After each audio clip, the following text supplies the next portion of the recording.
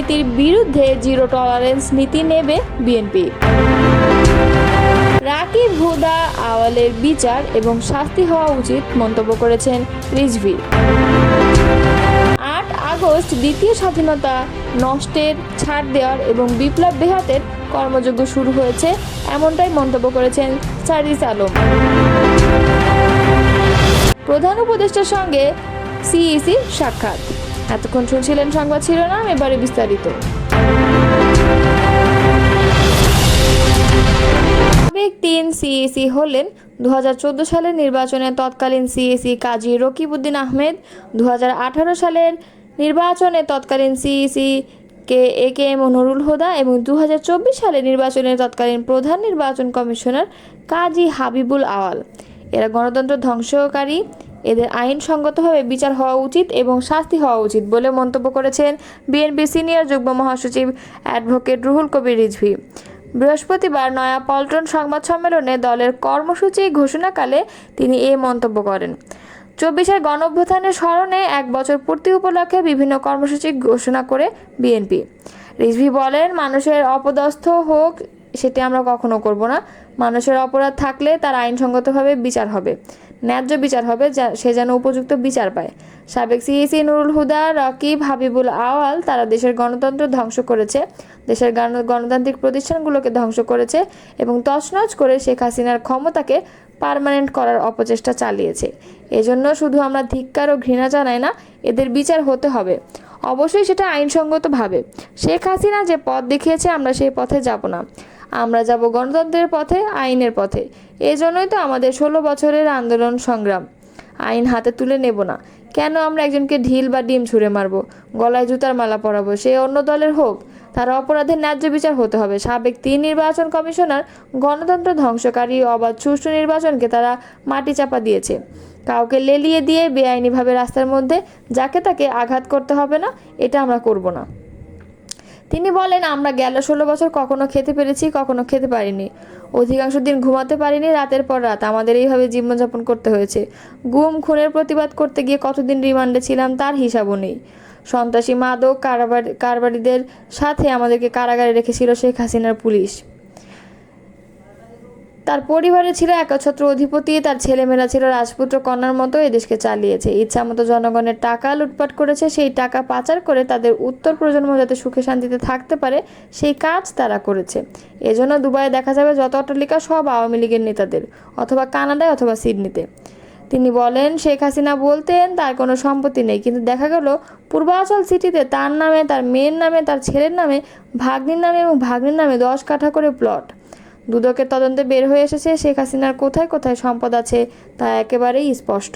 জাতীয় নাগরিক পার্টির উত্তরাঞ্চলের মুখ্য সংগঠক সার্জিস আলম এক ফেসবুক পোস্টে দ্বিতীয় স্বাধীনতা বিষয়ে তার মতামত প্রকাশ করেছেন। আজ নিজের ভেরিফাইড ফেসবুক অ্যাকাউন্টে দেওয়া এক স্ট্যাটাসে তিনি লেখেন, 8 আগস্ট দ্বিতীয় স্বাধীনতা শুরু হয়নি, দ্বিতীয় স্বাধীনতা নষ্টের ছাড় দেওয়ার এবং বিপ্লব বেহাতের কর্মযজ্ঞ শুরু হয়েছে। এছাড়াও তিনি আরও উল্লেখ করেন, 5 আগস্ট জুলাই গণঅভ্যুত্থান দিবস এবং দ্বিতীয় স্বাধীনতা দিবস।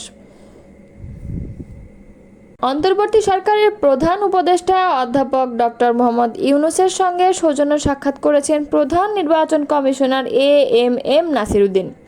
বৃহস্পতিবার বিকেলে রাষ্ট্রীয় অতিথি ভবন যমুনায় ওই সাক্ষাতে মিলিত হন তারা। এর আগে নির্বাচন কমিশনের সিনিয়র সচিব আক্তার আহমেদ জানান, ভোটার তালিকায় কারা যুক্ত হবেন তা নির্ধারণ করবে নির্বাচন কমিশন। এমন বিধান রেখে ভোটার তালিকা আইন সংশোধন করতে আইন মন্ত্রণালয়ে পাঠানো হয়েছে। 76টি আসনের সীমানা পুনর্নির্ধারণ চেয়ে পর্যালোচনা চলছে বলেও জানিয়েছেন তিনি। একই দিনে রাষ্ট্রীয় অতিথি ভবন যমুনায় ধর্ম মন্ত্রণালয়ের প্রতিনিধিদের সঙ্গে বৈঠক করেন প্রধান উপদেষ্টা। বৈঠকে চলতি বছরের হজ ব্যবস্থাপনা সুষ্ঠুভাবে সম্পন্ন করার ধর্ম মন্ত্রণালয় সহ সংশ্লিষ্টদের অভিনন্দন জানান তিনি।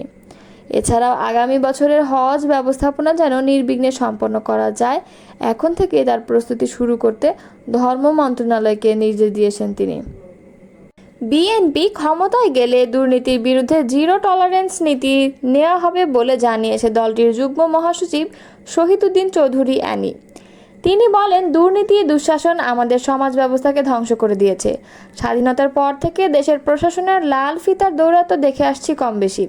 সমাজে কিছু ব্যক্তি অথবা রাজনীতির সঙ্গে জড়িত ব্যক্তিরা এই ধরনের কর্মকাণ্ডে জড়িত রয়েছে বিধায় দুর্নীতি বেড়েছে। কিন্তু গত 17 বছরে দুর্নীতি ছিল আকাশচুম্বী। হাজার হাজার কোটি টাকা পাচার হয়েছে। এটা যদি আমরা সবাই মিলে রোধ করতে না পারি, তাহলে আজকে বাংলাদেশ যে খাদের কিনারায় চলে গেছে, এখান থেকে উদ্ধার হতে হলে দুর্নীতি বন্ধ করতে হবে। বৃহস্পতিবার সেগুনবাগিচায় ঢাকা রিপোর্টার্স ইউনিটিতে মিট দ্য রিপোর্টার্স অনুষ্ঠানে সাংবাদিকদের প্রশ্নের জবাবে তিনি এসব কথা বলেন। অ্যানি বলেন, আমরা বিএনপির 31 দফায় উল্লেখ করেছি দুর্নীতি বন্ধ করার জন্য কঠিন পদক্ষেপ নিতে হবে। দুর্নীতি দূর করতে দলের ভারপ্রাপ্ত চেয়ারম্যান তারেক রহমানের নেতৃত্বে আমরা এখন থেকেই কাজ শুরু করেছি। এটা বিএনপির জন্য একটি কঠিন চ্যালেঞ্জ। এই কঠিন চ্যালেঞ্জ গ্রহণ করার জন্য আমরা প্রস্তুত আছি। শুধু প্রশাসনে নয়, তার বাইরে যাতে কেউ দুর্নীতি করতে না পারে এবং তার নিয়ন্ত্রণে সর্বোচ্চ কঠিন ভূমিকা নেবে বিএনপি। আগামী নির্বাচনে কারা বিএনপির মনোনয়নের জন্য উপযুক্ত হবেন এ প্রসঙ্গে জানতে চাইলে শহীদুদ্দিন অ্যানি বলেন, আমাদের দলের স্থায়ী কমিটি, ভারপ্রাপ্ত চেয়ারম্যান এবং চেয়ারপারসনের পরামর্শ নিয়ে দল পরিচালিত হচ্ছে।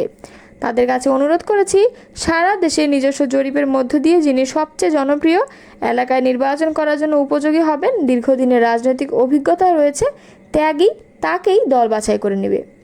আগে দুর্নীতি যা ছিল শেখ হাসিনার নেতৃত্বে তা 1000 গুণ বেশি হয়েছিল বলে মন্তব্য করেন অ্যানি। তিনি আরও বলেন, তিনি তার বাবার চাইতে কয়েক গুণ বেশি ফ্যাসিবাদী এবং কর্তৃত্ববাদী শাসন চালিয়েছেন।